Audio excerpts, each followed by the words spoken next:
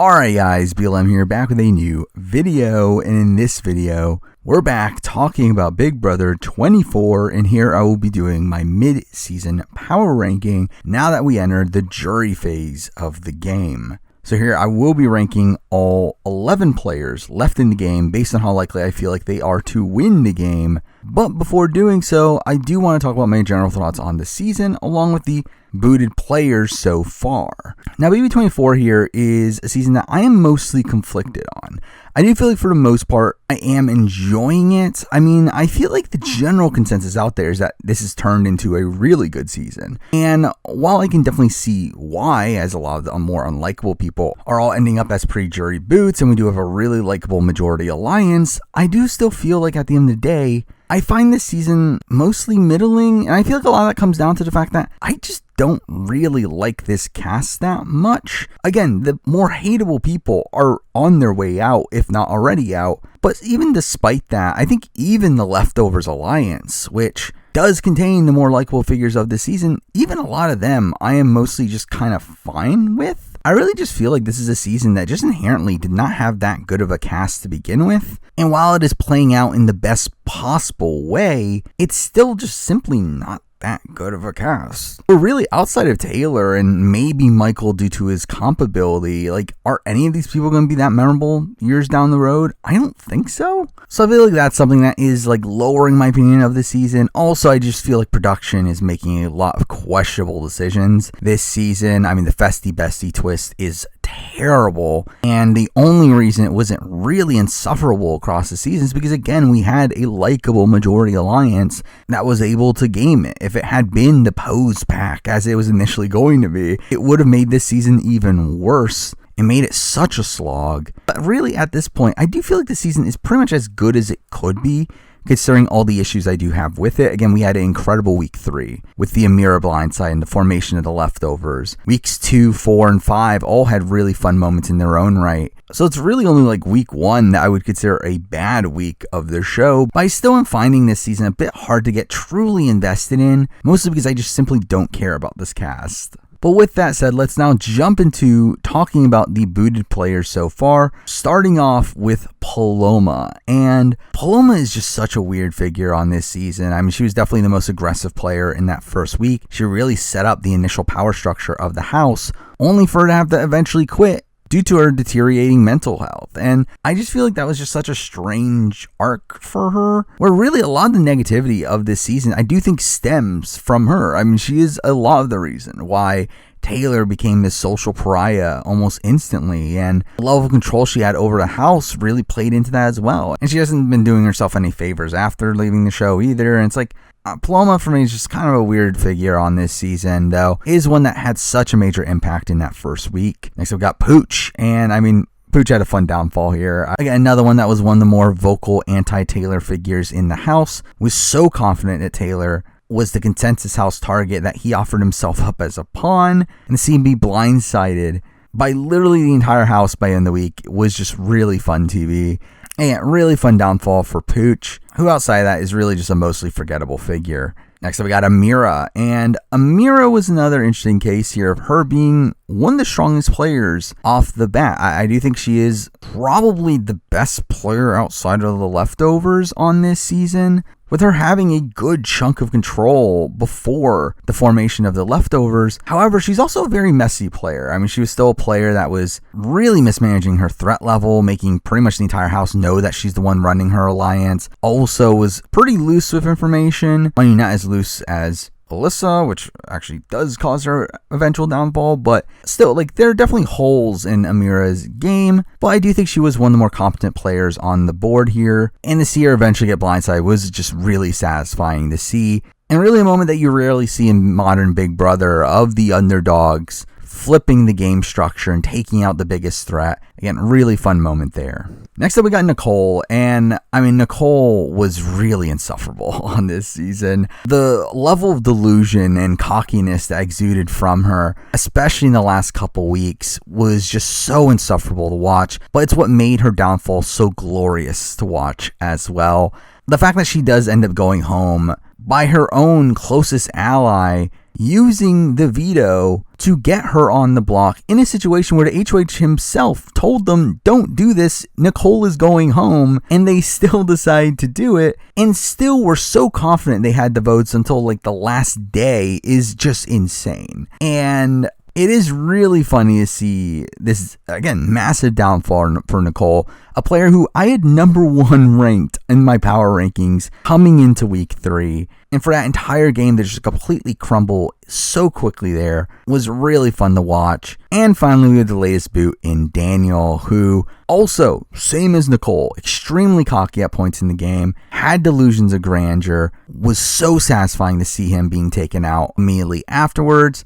And the fact that he constantly called the other players clowns and props himself up as this really great player is just really funny to see. Now, I will say that I do not think Daniel is an all-time worst player like other people are talking about. Like, realistically, I actually think his last week here might be his best played week, considering I do think out of the people not in the leftovers that were still in the game at that point, Daniel might be the best player of them. Like, Daniel was the only person to even recognize that the leftovers was even a thing, while everyone else is just running around with their heads cut loose. Daniel literally tells Alyssa 1-for-1 what's going on in the game right now, and Alyssa simply just does not believe him. I do think there is some acumen to Daniel. I mean, at the end of the day, he is still a very flawed player, one that did have bad reads on the house at points, and obviously ends up making a really dumb move in the previous week of using the veto that takes out his own closest ally. That's all really bad. But again, as an actual top 10 worst player of all time, I don't think he's quite there, largely because him having the wherewithal to recognize the leftovers were a thing, and also getting almost half the house to actually want to keep him around, where other players are tanking their games in order to try to save him, and while they were unsuccessful, I think the fact that he did have these allies by the end of it is something that would take him out of contention as a worst player of all time for me, but still a deeply flawed one. But there we go. Now we're at the final 11, the 11 players left in the game. And again, this will be a ranking on how likely I feel like they are to win the game.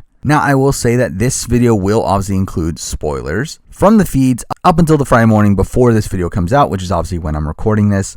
So I will be talking about HOH results. I'll be talking about the intended target at this point. And with that, let's just jump right into the list. At number 11, the bottom place person is someone that is potentially going home this week and is also someone that I have no faith in winning the game at this point, and that person is Terrence. And what a spectacular downfall for Terrence, where just a couple weeks ago, I felt like he was one of the safest people outside of the leftovers. I mean, he seemed like a person that was going to be dragged through the game to where he would have been one of the last people left on the board outside the leftovers. And at that point, the leftovers were probably going to crumble, target each other, and through that, Terrence might have squeezed his way to the end game. However, he just blows all of that up on himself. He's played so actively bad across this last week in a position where he goes so out of his way to try to save Daniel to the point where it loses him leverage with the rest of the house. He throws the veto in the previous round when he was on the block to try to save Daniel in a position where he probably goes home if he was successful in doing so, and has now also been exposed to the leftover side as a rat and has also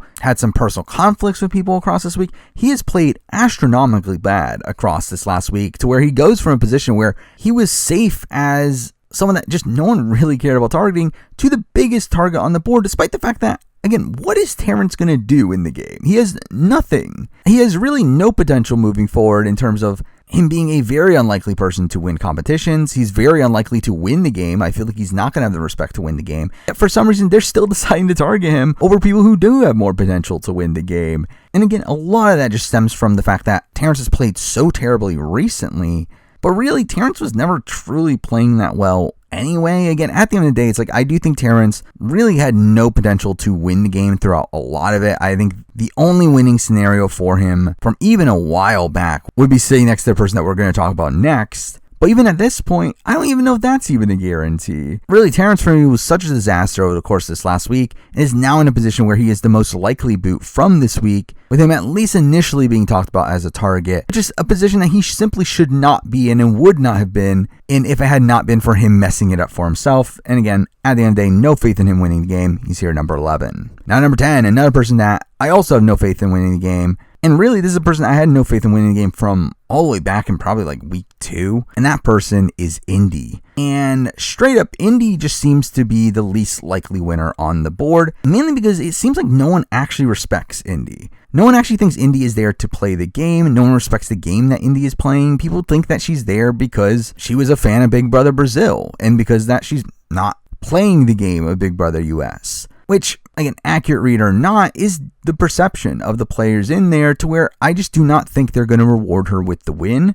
Now, again, at this point, like if she's saying this to Terrance, who they also have no respect for, like, could she win? Maybe. But really, that's really the only scenario. I literally do not see anyone else on the board here that they would award the win to over Indy.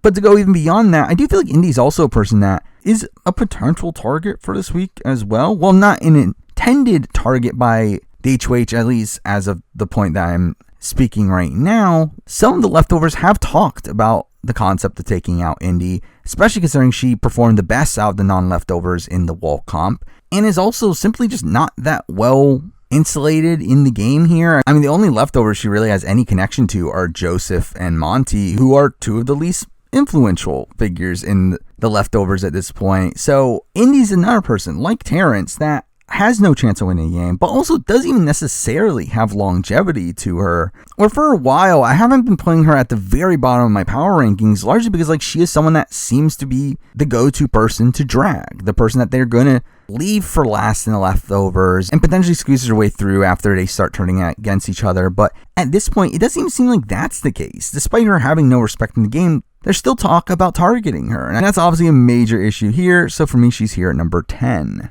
Now, number 9, a person that I do think this person has lost a lot of respect and will continue to lose more respect over time, but I still think they are a more likely winner than Terrance and Indy, and also are probably in less danger for this week as well. So at number 9, we do have Jasmine. And Jasmine is someone that, again, I do think is a pretty bad player all around. While she wasn't playing the worst in the world off the bat, where she was aligned with the Amiras and Alyssa and Palomas of the world, who were in a decent position early on, once the leftovers have taken over, she's obviously now on the downside of that, to where she is in a pretty poor position, to where there is some talk about targeting her, despite the fact that she has an injured leg and will definitely struggle in a lot of competitions moving forward. But I will say again, I do think Jasmine is someone that has a level of respect from some people from a game position, to where I do think she would likely win a jury vote against Indy or Terrance. Now, against many other people, probably not. And like even then, again, she is still annoying people in the house. Obviously, we know about her rivalry with Turner, which is really funny. But again, I also feel like Jasmine is at least safer this week. Again, both Terrance and Indy have been talked about as targets for this week. Jasmine is someone that seems to be relatively safe, with Taylor talking about not wanting to put her up. So Jasmine should be good for the very, very short term, but I would not be surprised if Jasmine is booted in the weeks coming, with her also being one of the least insulated players on the board, with her not really having any true connection to most of the leftovers. Again, really only Monty and Joseph.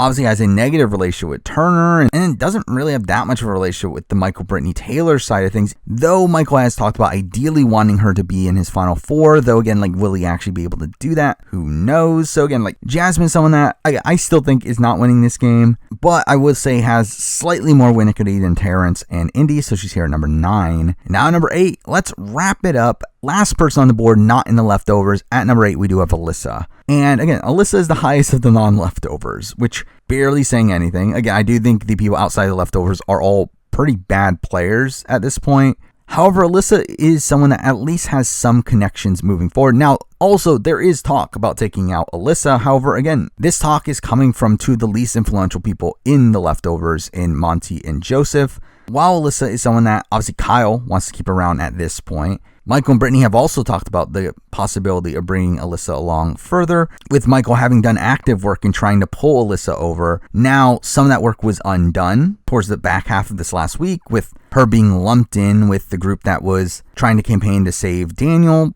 But I do think the more time goes on, the more likely I feel like it is that Alyssa is the last standing of the non-leftovers, if the leftovers does actually go to 7, which at that point I do feel like they are very likely to turn on each other at that point, especially if someone other than Monty, Joseph, or Turner win that final 8 HOH. I do feel like Alyssa will be kept around at that point. And moving forward after that, I do feel like she would have decent longevity. Now, I will say at the end of the day, do I think Alyssa's winning this game? Probably not. However, I do think she has more win equity than the three people we already talked about. I do think she would win against Jasmine, Terrence, or Indy in a jury vote, while also having more long-term prospects than them. So again, for me, I do feel that Alyssa is the very clear top person of the non-leftovers, but I will say at this point, I feel pretty confident that a leftover member will win this game. I'll be very surprised if they don't, and also very disappointed considering how poorly the people not in the leftovers have played. But again, if one of them is going to win this game, it would be Alyssa. So for me, she's here number 8. Now at number 7, we are obviously at the leftovers, and this is an interesting list because the next person on the list here is actually a person that I think is one of the safer people on the board. I do think it is very unlikely this person is going home anywhere anytime soon. I do think this is a person that is pretty safe to the end game, and in their ideal end game is actually the best positioned person on the board, but I think is also the least likely person to win in the leftovers. I think they are the player that has the least amount of respect across the board from the leftovers. So because at number 7, we do have to have Brittany. And again, this is a weird position where, again, Brittany is one of the safer leftover members on the board. Now, to give a breakdown of the Leftovers Alliance at this point, there are essentially two sides to the Leftovers. There is the Pound, which does have Monty, Joseph, Kyle, and Turner. And then there is Michael's side of things, where Michael has Brittany and Taylor as a final 3, but also has an alliance to Kyle and kind of Turner, to where Kyle and Turner are essentially at the center, meaning that Monty and Joseph and the Michael contingent are probably going to face off against each other if the leftovers do get to 7. However, through that, again, Michael would obviously be a bigger target on the board.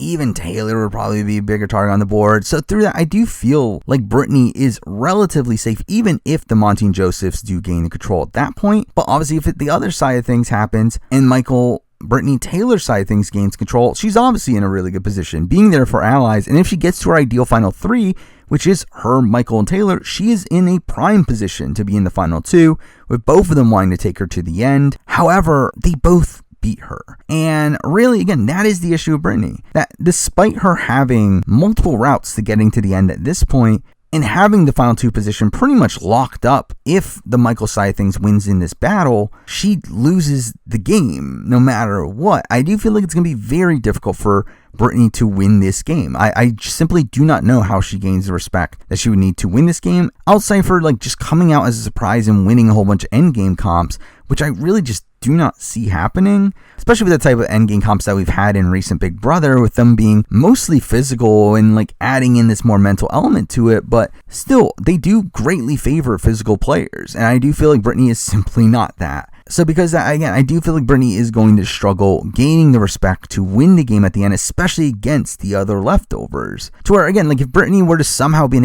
able to get to the end against an Indy or a Terrence or even like a Jasmine, I do think there are routes for her to win the game. However, with the way the game is currently laid out, it is much more likely she gets to the end against Michael or Taylor, to which she will lose the game. I really just do not see her actually getting to her ideal endgame scenario. So while she does have winning scenarios moving forward, I just do not see her getting there in those scenarios. And because that, for me, she's here at number 7. Now, number 6, we're moving on to a player that I do not see how this person gets to the end outside of winning out, where I do think this person is pretty clearly the worst positioned player within the leftovers at this point. So at number 6, we do have Monty. And again, Monty is someone that, as of right now, is already being talked about as the biggest threat on the board. Monty and Michael are constantly being called out as the big threats, but Monty is someone that is also being directly targeted by the people outside of the leftovers. Despite his confidence in saying that he has people like Terrence and Jasmine on his side,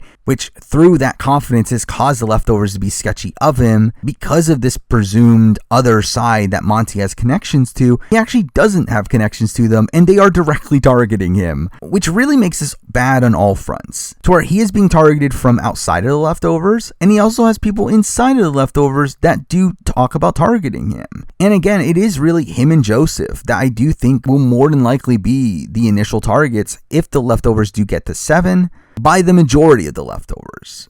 where again, I do think Michael, Brittany, and Taylor will target Monty and Joseph, while also Kyle will target them as well. And more than likely, I do think the shot will be taken before that. Now, we do obviously know about this twist that's coming at the final 10, which I do think could really shake things up. But at the same time, I do think they shake it up in a way that Monty could really just be taken out at that point. Again, there's going to be very little room to maneuver with the groups being split up into groups of 5, where I feel like at least one leftover is probably going to be taken out in that process. And I feel like Monty's the most likely person of the leftovers to be taken out there, considering the fact that he has people from all angles coming for him. That being said, again, if Monty gets to the end of the game, I do think he is a very likely winner. Again, considering how propped up he is as a big threat already and being looked at as the leader of the other side, if he's somehow able to get to the end, I do think they would respect that and give him the win. I just don't see how that happens at this point, unless, again, he wins out. I personally would be very surprised if Monty is able to even get to final 5.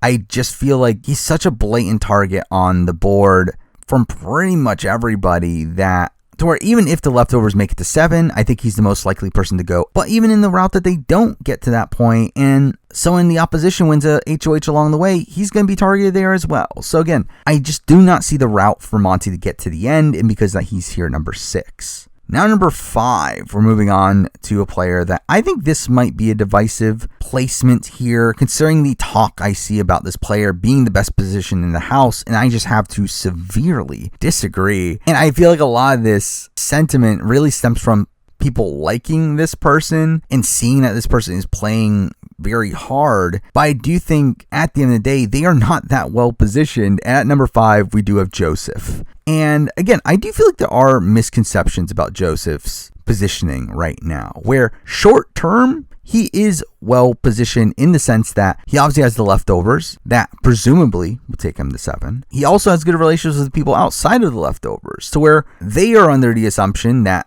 Joseph and Kyle are the 2 people that are not within the Leftovers Alliance, even though someone like a Daniel has called out that Joseph is in it, but they just don't believe it. But Joseph is the person that is still talking game to the people outside the Leftovers, to the likes of like an Indy and a Terrence and a Jasmine, even recently an Alyssa. Like, he is talking game to these people outside of the Majority Alliance. That makes you think on paper like, oh, he is well insulated from both sides. However, I think a major issue within all this is the fact that the other side doesn't really matter. Again, like for me, it's like the leftovers are just in such a strong position to where one of them is going to win the game at this point. And more than likely, they are going to get pretty deep into the game, especially if one of them isn't taken out this week, which seems unlikely at the point of this recording. They're going to make up 7 of the final 3. And will have a pretty decent chance of making it 7 out of 8. I do find it tough to believe that the leftovers will actually become the final 7 itself, as I do feel like there are people ready to take the shot,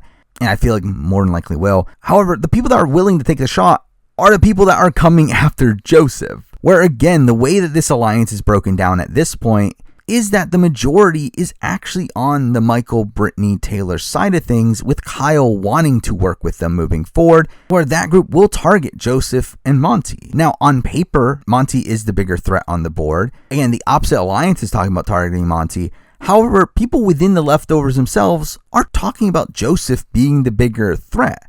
Again, through Joseph still talking game to the people outside the leftovers is made the people within the leftovers recognize how big of a threat he is. And through that, I think he's just setting himself up to become a bigger target for the scenario that he is trying to get to. Again, he is trying to get to the final 7 with the leftovers. That is his ideal scenario. However, he is painting a bigger target on his back for that scenario. Where if Monty and Joseph are on the block at final 7, I do think Joseph will eventually be the boot there. And a lot of that stems from how well positioned he is in the short term here. Where again, through him spending so much time and talking game with the people outside of the Majority Alliance, which is securing him for the short term, it is deteriorating his position for the long term, while also potentially pissing off the people outside the Majority Alliance after the fact, to where once they find out in jury that he was working against them the entire time, they probably won't be too happy with him from that front either. I really feel like Joseph is in a position where he's really doing the worst of both worlds. And while conceptually, him talking game with the people outside the Majority Alliance is a good thing, I do think in execution, it isn't working out to his benefit, And I do think at the end of the day, he is just simply too loyal to the leftovers. I mean, I think he is a player that should for sure take the shot beforehand. I think him and Monty both should take the shot at Michael earlier than what they currently plan to. And by the point that they want to make the move, it might just simply be too late. But I do also feel like Joseph is a player, though, that if he does get to the end, again, I do think he is a somewhat likely winner. Now, again, I do think against like a Monty or a Michael, I do think he might struggle in those scenarios. However, if he were to get to the end against a Brittany, probably a Taylor, I think he would probably win. Against a Kyle or Turner, I think it would be pretty close, though I do think he could edge it out there. Again, he is someone that definitely has some win equity, but I do think that win equity is largely reliant on him winning competitions, him winning the battle within the leftovers, which I think at this point he is currently poised to lose. So because of that, for me, Joseph's here at number 5. Now, number 4, moving on to a player that if you told me that this person has true win equity to win the game at this point, based on where they were weeks ago, it would have blew my mind. But here at number 4, we do have Taylor. Now, Taylor is an interesting figure here, largely because I do feel like her position is a really interesting one in the sense that she is obviously connected to Michael and Brittany. Her ideal final 3 is Michael and Brittany, where her ideal final 2 is Brittany, to where I do think she would win in that scenario. Also, with her having a crush on Joseph, she has also recently talked about making a final 2 with Joseph, which would also be a good backup for her. And really, at the end of the day, I do think once the leftovers has to target each other, I do feel like Taylor should be safe initially. Again, I do think Michael and Brittany will be targeted by Monty and Joseph first, with Michael as the obvious target. Though, if Michael wins the veto or something in that scenario, are they really going to take out Brittany over Taylor? Again, you don't really know.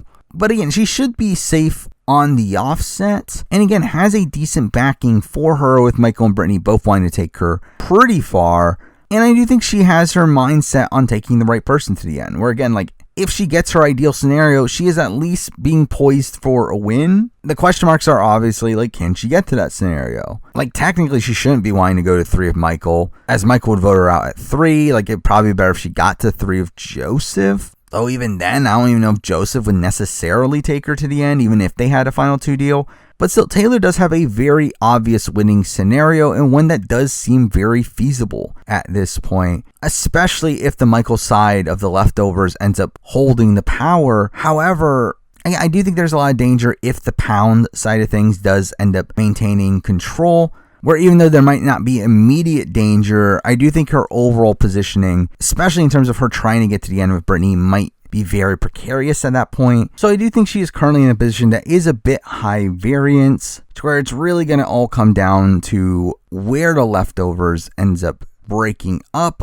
but she does have a blatant winning scenario in front of her, which is enough for me to land her here at number 4. Now, number 3, we're moving on to a player that has been hovering around 1 or 2 through a lot of the game, but at this point is slightly getting knocked down just simply due to positioning within the leftovers itself, and also the potential of this person becoming a much bigger target down the road. At number 3, we do have Michael. Now, Michael's a very interesting case here in the fact that he has obviously won a lot of competitions. He has won 1 HOH and 4 vetoes. The only 4 vetoes that he's even played in, 4 of the first 5 vetoes, which is an insane stat. And through that, on paper, you would think that, oh, this is going to make him such a blatant target. However, for some reason, no one is truly talking about him as one, where Michael should be pretty safe up until the final 7, where while Monty and Joseph have talked about Michael becoming a threat, I do not think they're going to take the shot until 7, and that's if, again, the leftovers get to the 7 together.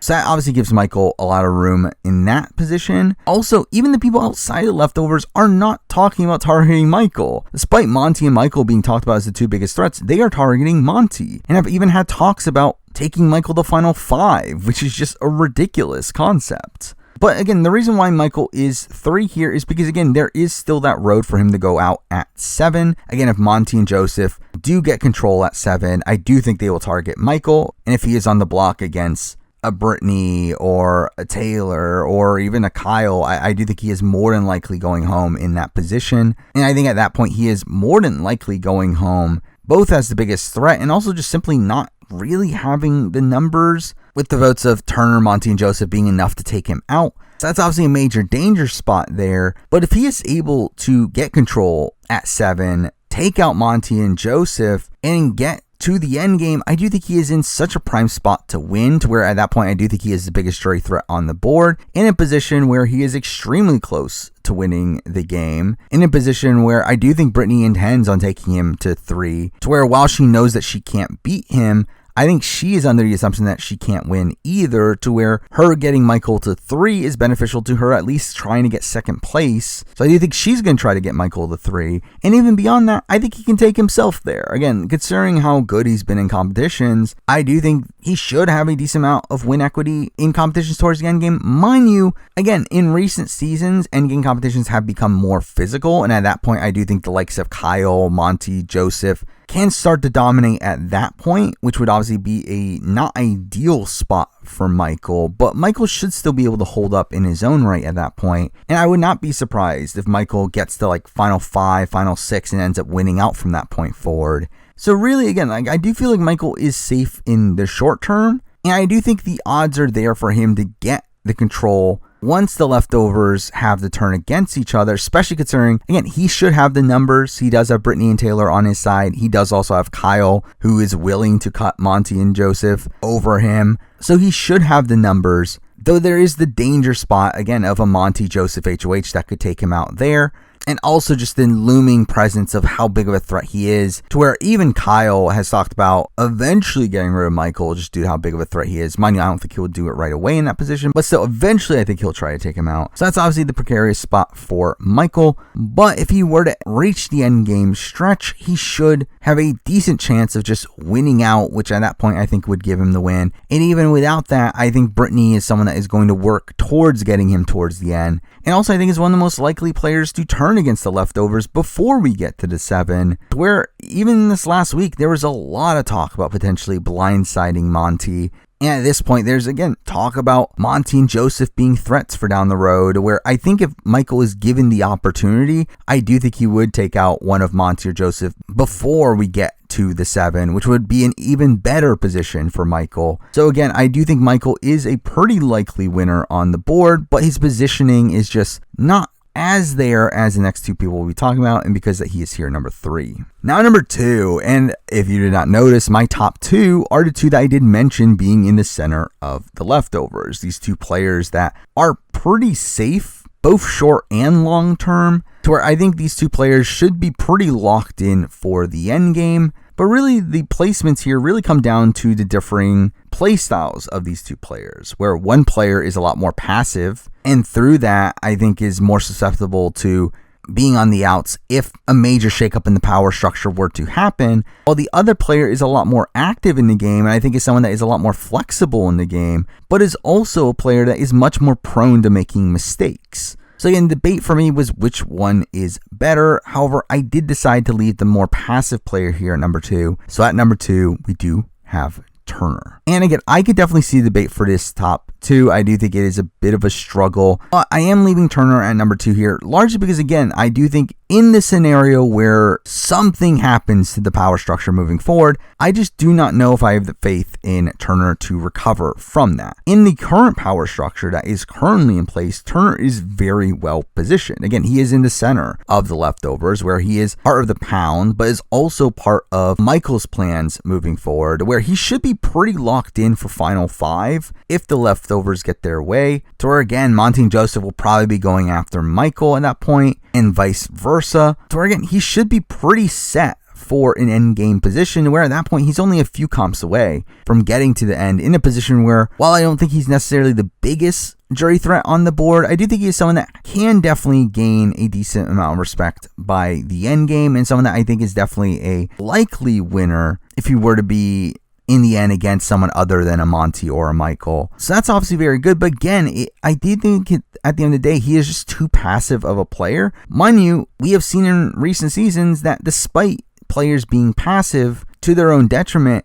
it ends up working out for them. I mean, largely the biggest example to me is Casey, where we see Casey playing pretty suboptimally throughout a lot of the end game, being way too passive in the game, but ends up being extremely benefited by the fact that the level 6 alliance and her placement within that alliance ends up holding true, and she also ends up winning a lot of endgame comps. And really, I feel like that is a very similar position to where Turner is at this point.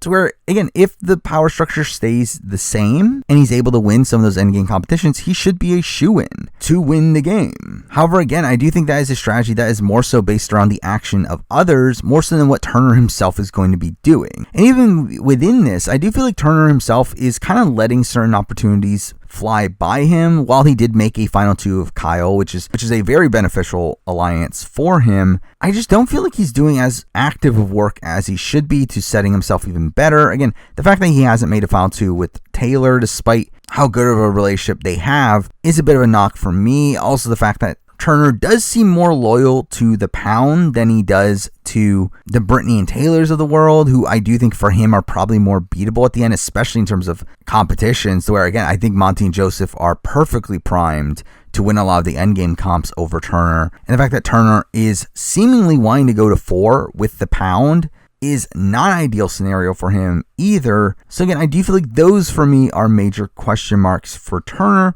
that make it tough for me to put him at number 1, despite the number 1 pick also having a deep amount of flaws that we will talk about. So because that for me, Turner's here number 2, and at number 1 is a player that I struggle putting at number 1, mainly because I do think this is a very messy player and a player that I could 100% see messing up his own game down the road. But in this current position, at this current point in this Big Brother season, I do think this person is number 1, best position in the game and the best position to win the game. And at number 1, we do have Kyle. And again, it is such a strange position considering I think he is worse positioned now than what he was a couple weeks ago.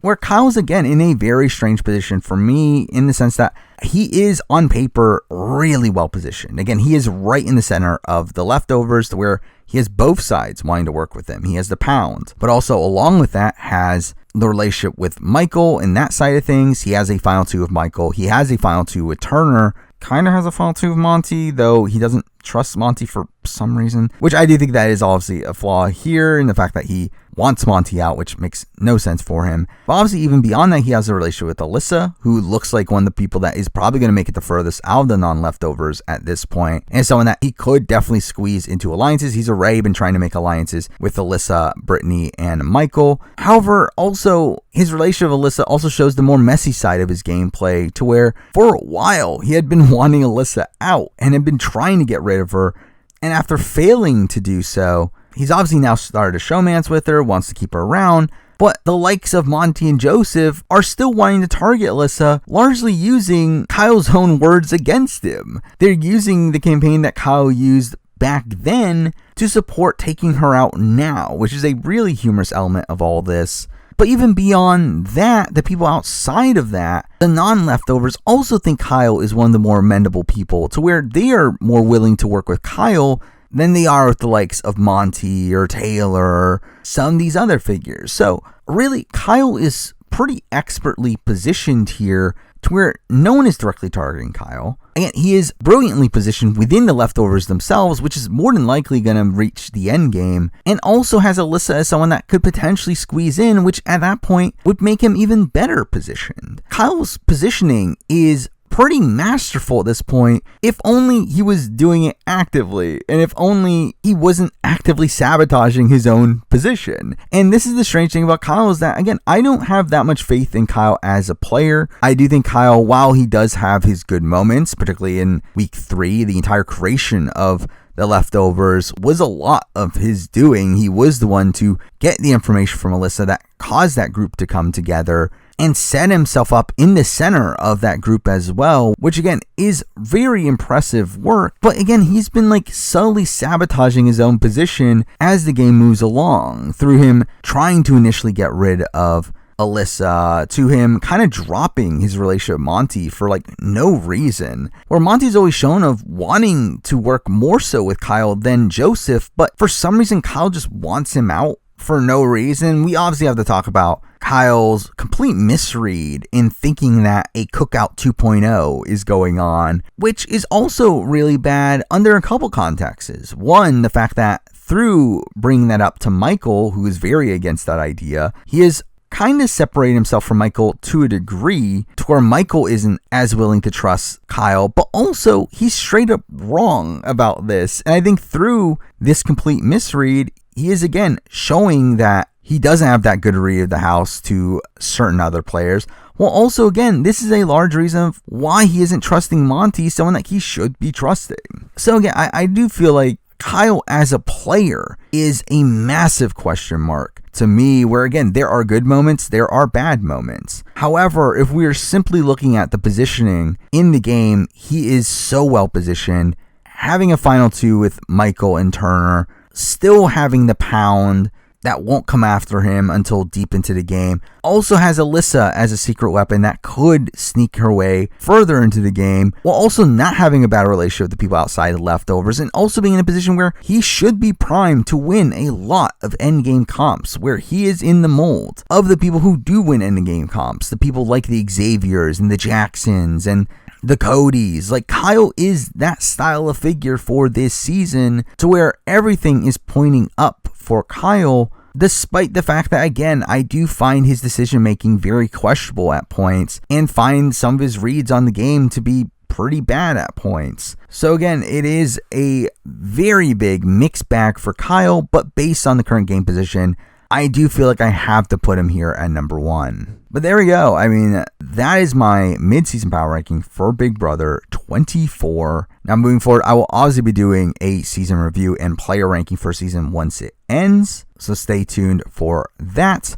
We also have a lot of other shows going on right now, like Survivor South Africa and the Challenge USA, to which I'll be doing videos on those coming up as well. We also have Survivor 43 coming up not too far from now, to where the cast will probably be coming out within the next month. The season starts in about a month and a half, so again, a lot of stuff coming there as well. Also, if you want to hear my thoughts on Big Brother 24 as the season is going on, you can catch me on Twitch at twitch.tv/TheMarineReview, where I will be talking about everything that's going on. And while we're here, I might as well also give a brief mention to the fact that I did recently turn on membership on this channel. Mind you, at this current state, not doing too much with it outside of just adding the badges and emojis at a $1 tier. Moving down the road, I would like to do more with it, though obviously still trying to find time to get everything sorted, considering how much stuff is going on right now in the reality TV world. But expect further announcements on that at some point down the road. But for now, that is the video. Thank you for watching.